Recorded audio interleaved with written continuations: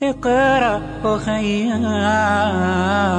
ورتل القرآن اصدح بصوتك اسمع الأكوان.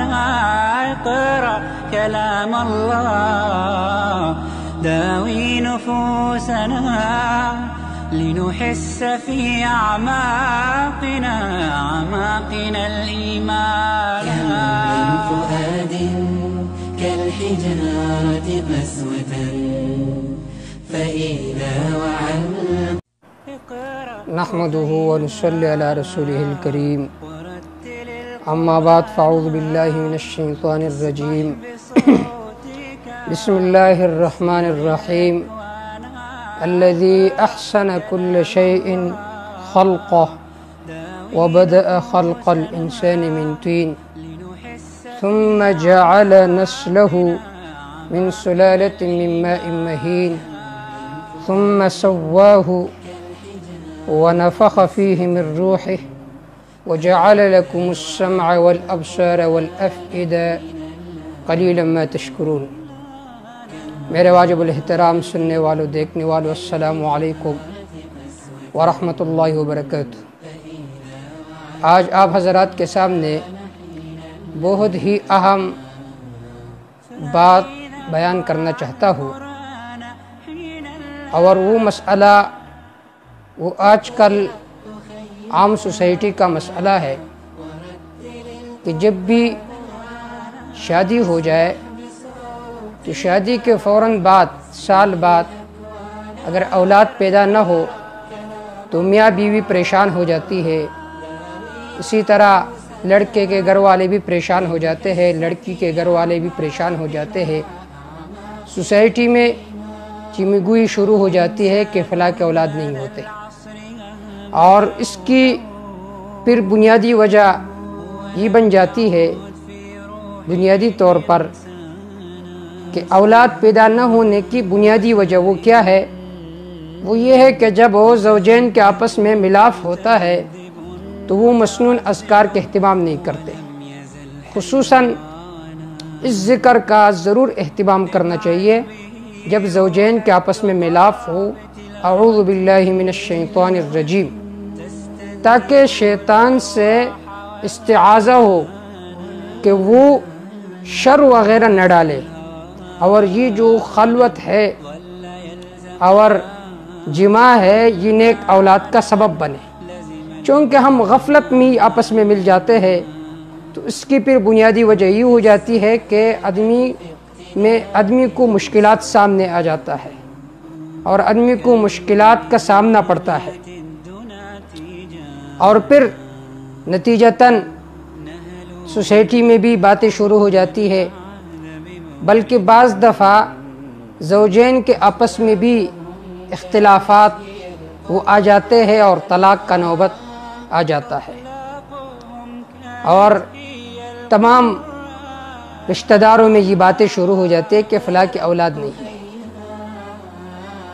اور اس وجہ سے جو بیوی ہے اور مرد ہے یہ پاگل ہو جاتے ہیں، پاگلوں کی طرح باتیں کرتے ہیں، پریشان ہوتے ہیں، ہر وقت اضطراب میں ہوتے ہیں. سب سے پہلی تو یہ بات ذہن میں رکھے کہ اگر شروع میں اولاد پیدا نہ ہو، اس میں 2-3 سال تاخیر ہو جائے تو یہ نہیں سمجھنا چاہیے کہ بھائی اس کی اولاد ہی نہیں ہوتے، اور یہ بھی نہیں کرنا چاہیے کہ اگر سال تک بچہ پیدا نہ ہو تو پھر ڈاکٹروں کے پیچھے بھاگتا ہے، حاکموں کے پیچھے بھاگتا ہے، 2 نمبر عاملین کے پیچھے بھاگتا ہے. کیونکہ ان عاملین کا اور ان ڈاکٹروں کا کام تو یہی ہوتا ہے کہ کسی طریقے سے اس کے جیب سے پیسے نکالے. تو لہٰذا اگر شروع میں اولاد پیدا نہ ہو تو پریشان بھی نہیں ہونا چاہیے، عاملین کا پیچھے بھی نہیں کرنا چاہیے، اور ڈاکٹروں کا پیچھے بھی نہیں کرنا چاہیے، بلکہ کچھ مسنون اذکار ہے اس کا اہتمام کرنا چاہیے. پہلا تو یہ ہے کہ جب زوجین کے آپس میں ملاپ ہو تو اعوذ باللہ من الشیطان الرجیم اس کا ضرور اہتمام کرنا چاہیے. اور اسی طرح اللہم جنبنا وجنب الشیطان علی ما رزقتنا، اللہ ہمیں بچا دے اور جو آپ ہمیں عطا فرماتے ہیں اولاد اس کو بھی شیطان کے شر سے بچا دے۔ اس ذکر کا اہتمام کرنا چاہیے۔ اور اس کے ساتھ ساتھ ایک مجرب عمل ہے، وہ میں آپ کو بتاتا ہوں، وہ خود بھی اس کے اہتمام کرے جو بے اولاد ہو، اور دوسروں کو بھی اس کی تلقین کرے، یہ ویڈیوز اس کو سنائے اور یہ عمل اس کو دہرائے کہ اس عمل کا اہتمام کرنا چاہیے۔ وہ عمل یہ ہے کہ ہر فجر نماز کے بعد، صبح نماز پڑھنے کے بعد، اسی طرح مغرب کے فرض نماز پڑھنے کے بعد 21 مرتبہ اس ذکر کا اہتمام کرنا چاہیے۔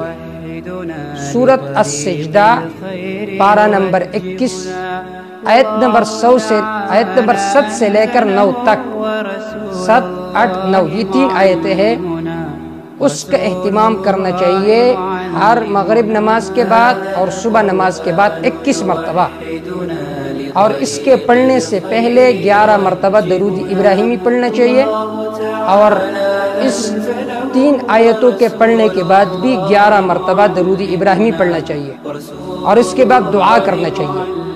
وہ آیت کون سی ہے؟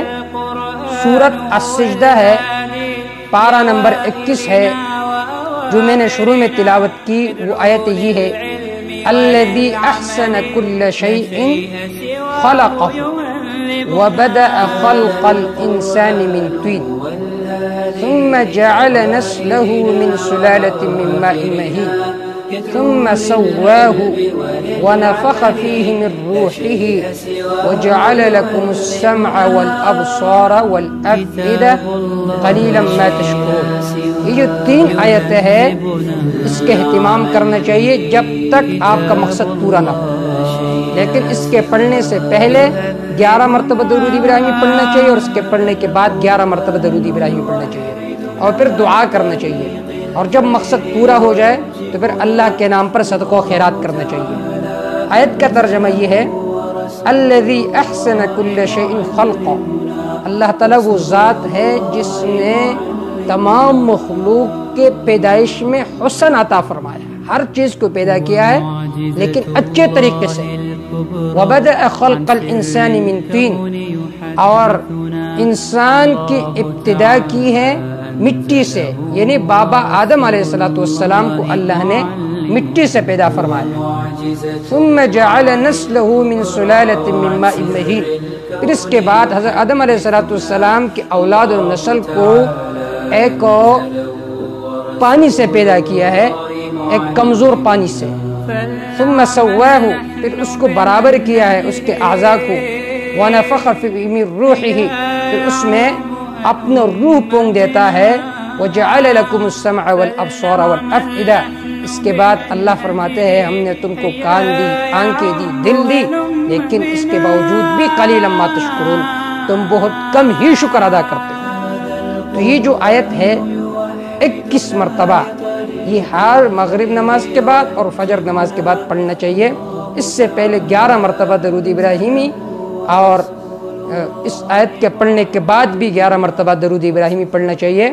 آیت یہ ہے، الذی احسن کل شیء خلقہ وبدأ خلق الانسان من طین ثم جعل نسلہ من سلالة من ماء مہین ثم سواه ونفخ فیہ من روحہ وجعل لکم السمع والابصار والافئدہ قلیلا ما تشکرون۔ تو ان اذکار کا اہتمام کرنا چاہیے۔ انشاءاللہ جو بھی آپ کا حاجت ہوگا اولاد کے حوالے سے، تو اللہ رب العزت وہ مشکل ختم کریں گے، رفع کریں گے، اور آپ تمام حضرات کو جو بے اولاد ہے ان کو اولاد عطا فرمائیں گے۔ لیکن شرط یہ ہے کہ یہ آیت قرآنی ہم پڑھیں، لیکن یقین کے ساتھ کہ اللہ تعالیٰ میری مراد کو پورا کرے گا۔ انشاءاللہ جو بھی حاجت ہوگی وہ پوری ہوگی، اگر زندگی رہی ملاقات باقی۔ وما توفیق الا باللہ، علیہ توکلت و الیہ انیب۔